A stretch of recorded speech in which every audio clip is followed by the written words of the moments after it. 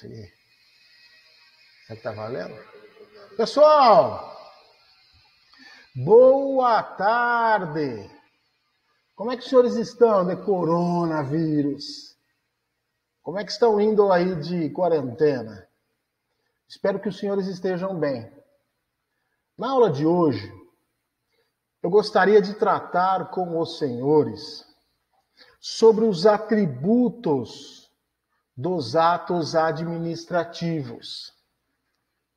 Quando eu falo em atributos dos atos administrativos, eu estou fazendo menção àquele vocábulo utilizado, aquela expressão utilizada na definição da professora Maria Silvia Zanella de Pietro, onde os atributos diz respeito ao regime jurídico administrativo. Se nós formos ver, é este regime jurídico administrativo, é este conjunto de prerrogativas que irão permitir que o ato administrativo, quando posto no mundo jurídico, ele alcance os seus fins. Então, os atributos, senhores, são as características que são vislumbradas num ato administrativo e que permitirão que ele atinja os seus fins. E aí você vai me perguntar, ok, professor, quais são essas características?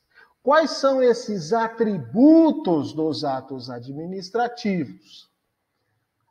A doutrina, de forma majoritária, ela faz expressão a três espécies, a três características dos atos administrativos, que são o primeiro deles, a presunção de legalidade ou presunção de legitimidade, que é a mesma coisa, a autoexecutoriedade,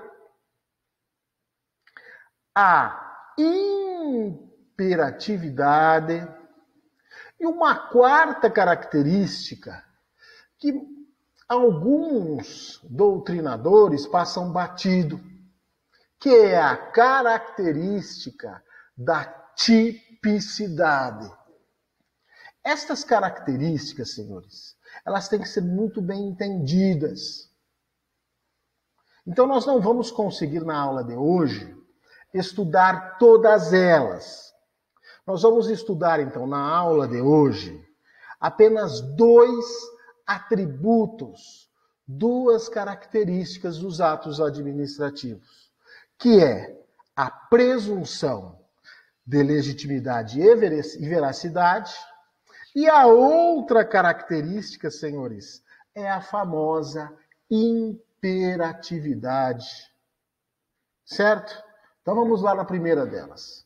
Primeira característica, a presunção de legitimidade ou a presunção de legitimidade ou de veracidade. O que significa isso? Significa que até que se prove ao contrário, o ato administrativo, ele foi praticado em conformidade com a lei. Isso é presunção do que, senhores? Presunção de legitimidade. E presunção de veracidade? Significa que, até que se prove ao contrário, o ato administrativo teve como base, teve como fundamento uma circunstância verdadeira. Então é isso.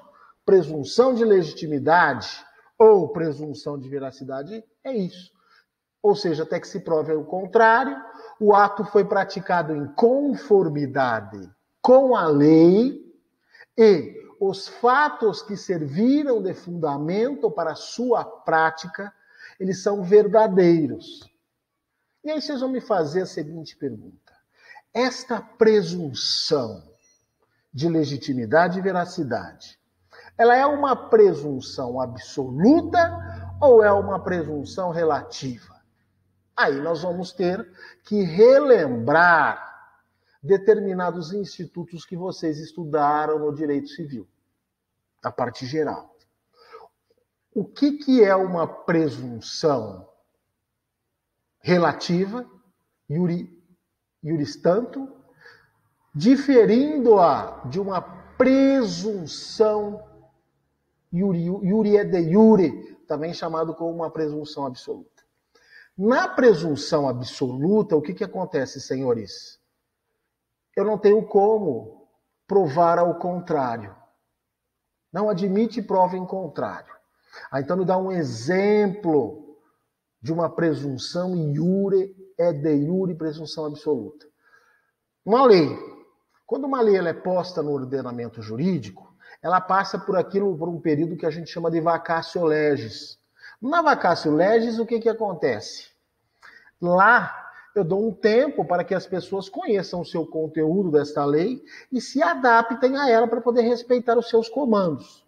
Então, passado esse prazo de vacatio legis, há uma presunção absoluta que todas as pessoas conhecem o seu conteúdo e devem respeitá-las. Certo? Tá, professor, entendi. Agora me dá um outro exemplo para que eu possa entender uma presunção também absoluta. Pois não. Quando uma pessoa ela é interditada, ou seja, quando entra com uma ação judicial, um pai pedindo a interdição de um filho, ou um pai de um avô, o que acontece? Quando vem a sentença judicial atestando que aquela pessoa está interditada, há uma presunção absoluta que ela não tem mais capacidade nenhuma para gerir os atos da vida civil dela. Isso é uma presunção absoluta. Não admite prova em contrário. Tá? Entenderam? Agora, professor, me dê uma diferença de presunção iure absoluta de uma presunção relativa. Iuris tanto. Guardem isso seguinte. Na presunção relativa, o que acontece? Eu consigo provar ao contrário daquilo que me é mostrado. Admita-se prova em contrário àquela circunstância que foi posta. Então me dê um exemplo do Código Civil de presunção relativa. Pois não. Comoriência. Vocês lembram o que é comoriência? A comoriência, ela ocorre quando? No mesmo evento, duas pessoas morrem. Se não há como provar quem morreu primeiro ou em segundo local, num segundo momento, o que acontece, senhores? Presumem-se que essas pessoas morreram no mesmo momento, de forma simultânea. Mas se houver uma forma de eu provar ao contrário, esta presunção ela cai por terra. Então me dá um exemplo. Vamos pensar, por exemplo, naqueles balões. Existem duas pessoas andando num balão. Sabe aqueles balões que a gente vê bastante lá no Oriente Médio? As pessoas naqueles balões lindos. Suponhamos que as duas pessoas estão nesse balão e a turma está toda lá embaixo. E esse balão sobe, mas ele gradativamente ele vai perdendo altitude. E este balão vem caindo e as pessoas estão vendo esta queda. E esse balão vem caindo. E esse balão ele cai um pouco mais para frente. Pá! As pessoas falam, meu Deus, e agora? E elas correm até o local. E vão essas pessoas. E elas vão chegar lá. Uma delas já vai estar desfalecida, morta. Mas a outra ainda está viva.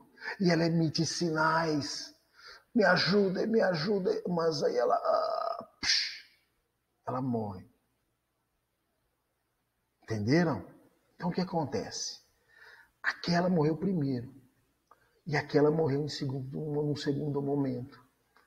Então dá para ter uma ordem nesses dois óbitos. E por que eu consigo provar o contrário? Porque chegou uma série de testemunhas oculares que viram aquilo e conseguiram demonstrar por A mais B que o fulano faleceu em primeiro lugar do que Beltrano.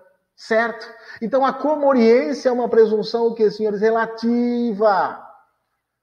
Certo? E aí surge a seguinte questão. Tá bom, entendi, lembrei. E a presunção de legitimidade e veracidade no ato administrativo? Ela é uma presunção absoluta ou é relativa, senhores? Ela é uma presunção relativa. Ela admite prova em contrário. Só que, de plano, esta presunção de legitimidade ou veracidade, ela já produz alguns efeitos de cara. E qual que é o primeiro efeito dela? O primeiro efeito é que ele é posto no mundo jurídico o ato administrativo. Enquanto essa presunção não for quebrada, ou seja, enquanto esse ato administrativo não for retirado do ordenamento jurídico, ele produzirá efeitos jurídicos válidos. Me dá um exemplo. Pratiquei o ato administrativo hoje. E ele foi feito em desconformidade com a lei. O fato nunca ocorreu. E o que acontece? Ele vai produzindo efeitos até que vem uma determinação da própria administração pública ou do judiciário mandando suspender aquele ato administrativo. Mas enquanto ele esteve vivo, enquanto ele esteve no ordenamento jurídico, ele foi produzindo efeitos. Certo? Então esse é o primeiro efeito dessa presunção relativa. O segundo efeito é o seguinte: o judiciário, ele não pode de ofício ir lá e retirar aquele ato administrativo do mundo jurídico por vontade própria. Mesmo ele percebendo, mesmo ele vendo que aquilo está sendo feito em desconformidade com os fatos ou com a lei, ele depende do que, senhores? Da provocação da parte interessada, que sofreu prejuízo em face do que, senhores? Desse ato administrativo que foi praticado. Certo? É isso, é o segundo efeito, então. Ou seja, reprisando, o Poder Judiciário não pode agir de ofício, ele tem que ser provocado pela parte que sofreu prejuízo em razão desse ato administrativo ter vindo ao mundo jurídico e ter produzido efeitos jurídicos. Porque se o Judiciário, de ofício, ele mandasse anular o ato, haveria o que, senhores? A invasão de um poder em outro. Isso não pode. Isto fere o equilíbrio dos poderes. Certo? E o terceiro efeito, senhores? O terceiro efeito dessa presunção é o seguinte: o ônus da prova de que esse ato administrativo, quando praticado, foi feito em desconformidade com a lei, ou então em desconformidade com o fato que nunca existiu, é da parte que sofreu o influxo, que sofreu o dano desse ato. Ela que vai ter que demonstrar, vai ter que provar que aquele ato praticado é um ato ilegítimo. Certo? Deu para os senhores entenderem, então, essa presunção? Então, tranquilo. Fechamos. Sem grandes dificuldades, né? E agora, senhores? Eu vou falar de um segundo efeito deste ato administrativo, que é a imperatividade. O que significa isso? Significa que o ato administrativo, quando ele é praticado, quando ele é posto no mundo jurídico, ele é posto de forma imediata, sem levar em consideração a vontade dos particulares que vão sofrer o influxo daquele ato administrativo. Ele é imposto diretamente pela administração pública. Pouco importando se aquele ato ele vai ferir direito de fulano ou de ciclano. Não, ela vai lá e simplesmente pratica o ato administrativo de forma imperativa. Porque ele busca o que, os atos administrativos, senhores? A preservação dos interesses da coletividade. Então, nada mais justo.